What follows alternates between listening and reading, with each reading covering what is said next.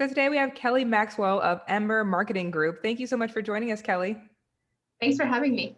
Absolutely. So please tell us a little bit about Ember Marketing Group and how you kind of got into that, a little bit about your journey as well. Sure. So I started as a princess, which is a fun story to tell Yes, people. we love it. So I live in Montana, very rural, very remote, very behind the times, and there was nothing like that here. And I had a friend who was a theater major, and she made a comment one day about starting a princess party company where we would dress up as actresses and perform at parties and stuff. And jokingly, I said, "Well, I'll do it. No one else is doing it here." And we did it, and we had a lot of fun, and we built this company where I got to really cultivate my talents for marketing and managing. And then a girl got sick one day. I never meant to be a princess. And last minute, she was throwing up, and I had to throw a costume on and go to this party. And I discovered that I absolutely loved it. And so I started rotating myself in, especially for big events like parades, community stuff where we needed to fill costumes. So I think that really helped me get out of my shell because I used to be pretty introverted. So the acting helped. And then within that, I really got to cultivate my marketing skills and my creativity. And I made the leap in 2018. I sold the Princess Company and I quit my full-time job and I started my own agency, content creation agency. Wow. So literally it started from being a princess. Yep, literally did. I think we would all love for our stories to start that way. Absolutely. Yes, it was a fairy tale, truly. And so, like you said, you kind of dabbled in different things through the Princess Company and everything. So why marketing specifically? You didn't do management or event planning. It sounded like you had those elements too. Why marketing specifically? So I do a little bit of those still. It's more of a thing that I don't like to get paid for because then it becomes work. I love event planning, so I'm happy to help people do that. Really, I just could cultivate my creativity and my knack for coming up with fun captions, coming up with engaging posts, creating little fun videos.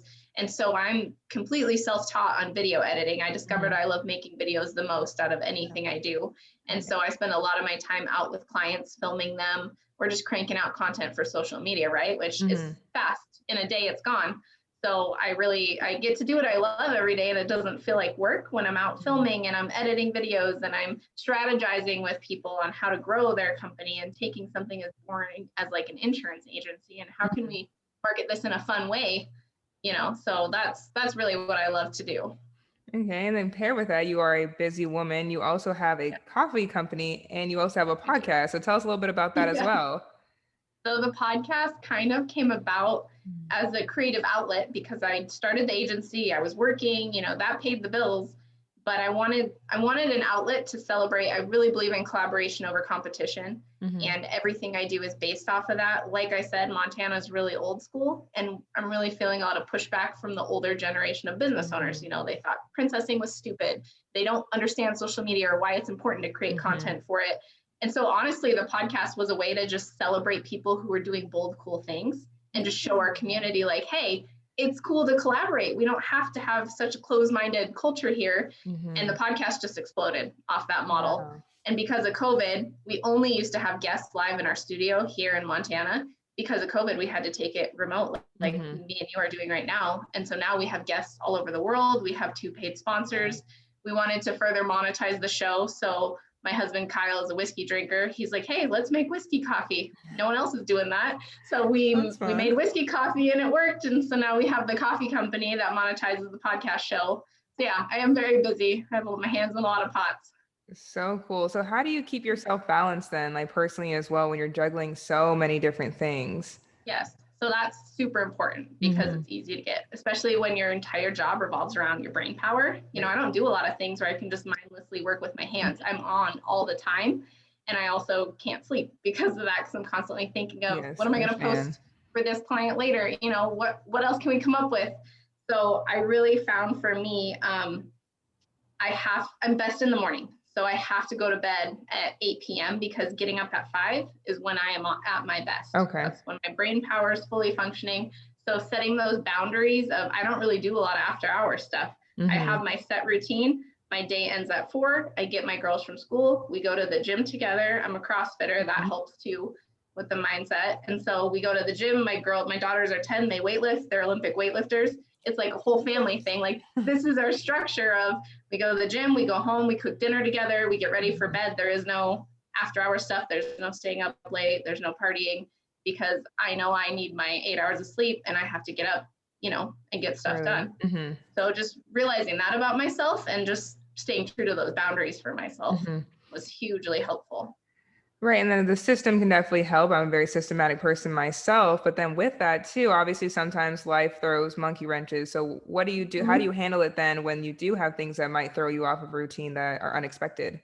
So I actually learned this from my CrossFit trainer, because he used to be in the Navy and he used to train people to go into BUDS, which is the Navy SEAL training. Okay. And those guys, obviously that's intense. They don't get a lot of sleep. And so he gave me the tip of, if you are short on sleep or you're feeling really overwhelmed, give yourself a 20-minute hard reset, whether it's a nap or meditating. And so I've adopted that, and that works for me. So if I'm like, a client calls me with an emergency, they need something, it's after hours, I get stressed, I'm overwhelmed, I use Headspace app. I love that app. I'll just take 20 minutes, chill out, listen to my app, reset my brain, and then I feel calm enough to handle, whatever I need to handle. Okay. So I do that often. Yes, I've sat in my car in a parking lot before and done it because I've just felt so overwhelmed. I just need to take a minute and deal with it, Yeah, I'm an advocate for that, especially the 20-minute laps. My friends are always like, that doesn't do anything. You didn't actually sleep. I said, I don't want to actually go to REM sleep. I just want to reset real quickly. Yeah, you need that little quick cycle. And so as far as going back to the podcast, like I said, it's called Campfire Hour. Why campfires? Because kind of reminds you of a close community when you're sitting around a campfire. Is that kind of the meaning behind it? It's not structured, and we don't censor our guests, and we want them to be 100% themselves and comfortable. So we have a round table so that we all sit in a circle and can look at each other. And then we ask people to just be themselves. We have a full whiskey bar in the studio. So, if you want a drink, you're welcome to pour yourself a drink, and we want it to feel like you're hanging out with friends around a campfire. It's real, it's raw. We're celebrating your failures, your successes. We're having real, honest conversations about, what you went through to get where you are, your bold ideas. So that's really the whole vibe of the show. And we keep it short, 30 minutes or less. But yeah, it's just really fun. And so do you think you carry that sort of culture into your marketing company or marketing agency as well? Yes, absolutely. Like I said, everything I do is based off collaboration over competition. And so that's the culture throughout all the companies of we want to be around people who are doing cool, bold things, and they're not afraid to be honest about it, Absolutely. And that's taken us very far. It goes a long way when it's beyond benchmarks and profit and everything. It's just building those relationships and having collaboration. Yeah, absolutely. We don't care how many letters are after your name. We just want to have a cool conversation. At the end of the day, we all deal with the same struggles. And stressed, happy, whatever. Yeah, let's hang out. If you're a parent, whatever, we all deal with the same stuff. So as someone who's big on collaborations and relationships, I'm definitely curious of what a conscious business leader means to you then. I think it's consciously thinking through, thinking outside the box, because a lot of people either they just don't think outside the box, or maybe they're scared to, or they're scared of what people will think of them. But, if you can step outside the box a little bit and just look at other people, or other business owners or people that are doing cool stuff, and reach out to them like, hey, can we try this together? Can we collaborate? We reached out to the distillery to make our whiskey coffee, and we're like, hey, we want to try this. Can we have a whiskey barrel? We don't know if it's going to work, but we want to give it a go. And they were, found a like-minded person. They were like, absolutely, we love that idea. Let us know how we can help. And now we have a great partnership with them, and we're growing together. And so I think it is just more consciously thinking of how can I benefit this person and expect nothing in return. That's the base of collaboration over competition. We don't want anything in return other than to see someone else also win. Wow, that's huge. And it's like I said, it's just when you want to just see, like you said, someone else win everything too, it's like you get wins too. And it's like, it's really could just circle all the way around. It does. It always comes back around, and in ways you don't even expect. And so then I have to ask as well, especially for our listeners, where can they go to get some of this whiskey coffee? I know there's some waiting for that answer. Yes. So our handle on Facebook and Instagram is at Campfire Blend Coffee Co. So you can find us on either of those. Honestly, Twitter never caught on in Montana, so we're not really on Twitter. No one here uses Twitter, but Instagram, Facebook, you can find me on LinkedIn. I post a lot about coffee on LinkedIn. But yeah, Campfire Blend Coffee, campfireblend.com. Find us any of those places. Perfect. So as you move forward, as you're juggling all these things, what is your long-term vision for not only your marketing company, but also for yourself? So I live in Montana and winters are hard here. And eventually I'd like to get to the point where I can snowbird so I can stay, here in the summer and be in the South for the winter because I don't like the snow and the cold. I can So that's imagine. personally that's my long-term goal personally for myself, actually short-term within 5 years or less.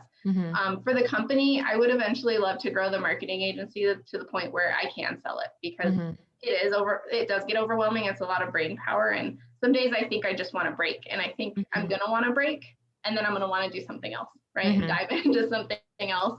But for right now, my goal is scaling and selling for actually probably both companies. We're looking at opening a coffee shop here. Nice. So that's exciting. So we'll see how that pans out. We're kind of in the beginning stages of the business plan, but exciting to hear. Yeah, so then if you do so, Ember Marketing Group, do you think that you're going to fully get into the coffee shop, or do you think you're just, as being used to being busy, you're going to want to pick up something else? I think I'll be more of like a hands-off manager and marketing content creator for the coffee shop. I don't want to be a barista. I don't want to be in it every day, all day. That's my husband Kyle's job. Got it. So I want to be more of like a behind the scenes, helping them create fun content kind of thing. And just it is very appealing to think about doing one thing really, really well instead of having my brain power spread so thin for so many different clients and industries.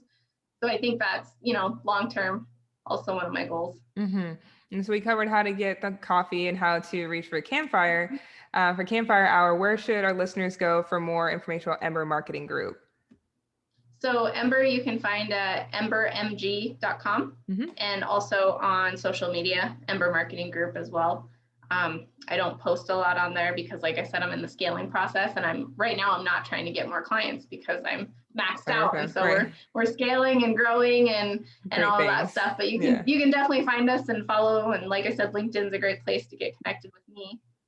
Wonderful. Kelli Maxwell, thank you so much for sharing all that, teaching us how to balance so many things, and good luck with everything coming hopefully in the near future. Thank you so much for having me.